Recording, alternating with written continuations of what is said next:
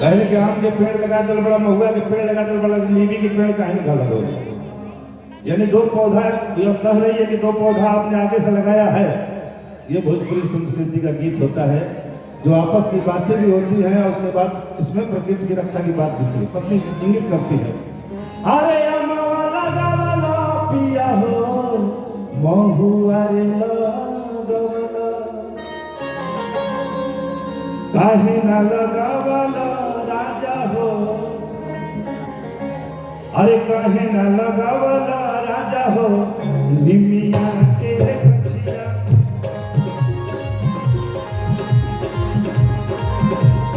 काहे ना लगावला पिया हो, निमिया के गछिया।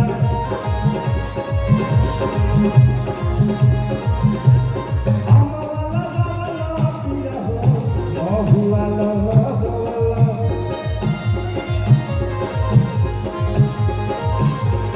अमवा लगावला सैया हो, महुआ रे लगावला,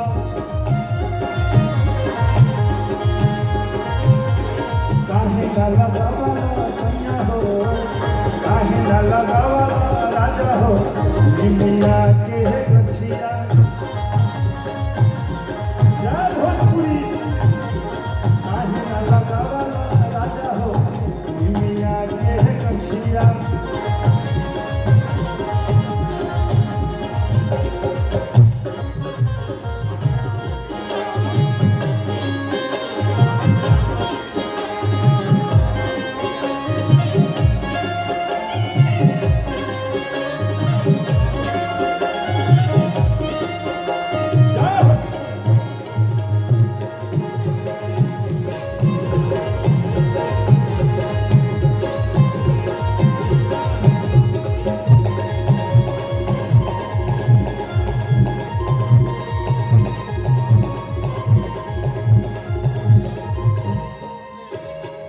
उन्हें जब आम के पेड़, महुआ के पेड़ जब बड़ हो जाला, ये देवरिया जिला के माटी है। जितना फेसबुकिया भाई लोग करा रजाई में देखा था ये देवरिया महोत्सव के, देवरिया लाइन पर वो लोग से कहल चाहता नहीं कि देवरिया जिला में दूध से रोटी बोर के खाई जाला, दही से रोटी बोर के खाई जाला। देवरिया जिला के माटी में कबो के ओठलानी से रोटी बोर के ना खाला, आज खाए की कोशिश करेला, और अंजाम बड़ा बहुत। ये जिला ऐसी है, देवभूमि ऐसे नहीं कहा जाता, देवभूमि ऐसे नहीं कहा जाता। गीत संगीत का मतलब बिल्कुल चेंज होता है।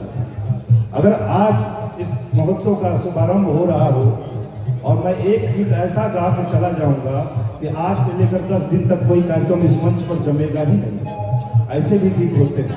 एक गीत आज अगर शुभारंभ हो, मैं गा के चला जाऊं, उसके बाद से आप कुछ भी करवाइए 10 दिन अच्छा निकलेगा। राग का असर होता है, क्या हम देने जा रहे हैं, किस जगह देने जा रहे हैं। तो कभी कभी बड़े सिंगरों से भी छोटी गलती हो जाए करती है, इसलिए कहना है वही आम के पेड़, जो महुआ के पेड़ बढ़ जाला तो मेहरारू लोग गीत गावेला, हर घर में गावेला। इस संस्कृति के गीत था, हमारा घर पे होला, अगल बगल पूरा देवरिया के गाँव गाँव में होला। मेहरारू कहे वही आम के पेड़ के नीचे जब चैत में गेहूं काटे जाई, पति के साथ सरसों काटे जाई, खेत में जाई तो गीत गाई, ए जी आमवा महुआ वाके झूमे डरिया, ए जी आमवा महुआ वाके झूमे डरिया, तानी ताका मरवा हमारो दिया, तानी ताका मरवा हमारो दिया, ए जी आमवा महुआ वाके झूमे डरिया, ए जी आमवा महुआ वाके झूमे डरिया, तानी ताका मरवा हमारो दिया, तानी ताका मरवा हमारो दिया। क्या बात है?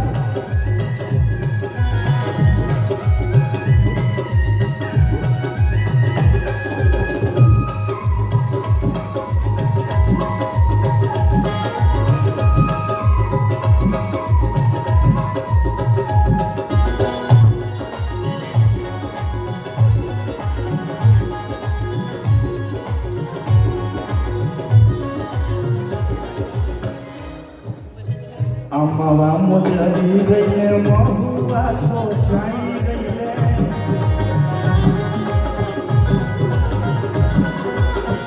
अम्मावा मुजरी गई महुआ तो चाई गई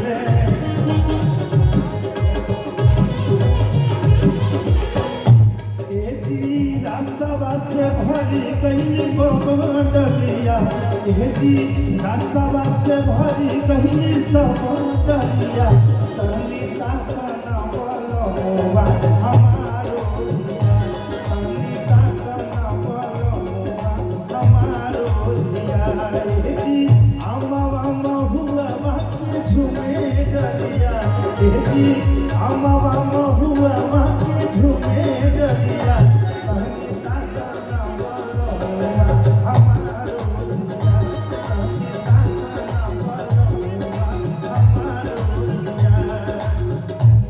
ये ऐसा जिला है जहाँ एक ट्रेन है जिसको हम लोग रजिया ट्रेन कहते हैं सर जी।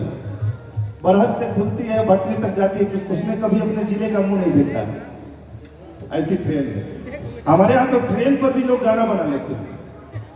हमारे यहाँ जो बरजिया ट्रेन है उस पर उसके ऊपर भी औरतें बना के गाती हैं। अब कैसे गाती हैं कि जैसे रेलगाड़ी चले बरजिया, वो ट्रेन इतनी धीमी चलती है कि उसका ड्राइवर उतरता है, ढाला बंद करता है और फिर अपनी ट्रेन को लेके जाता है। खूब आराम से धीरे धीरे चलती है, बरस से और सलेमपुर से पीरकोल भटनी तक जाती है। उसके ऊपर मैंने गीत सुना है। जिला इतना समृद्ध है, ट्रेन से तुलना करता है कि जैसे रेलगाड़ी चले बरजिया वैसे चले मोर सरजिया।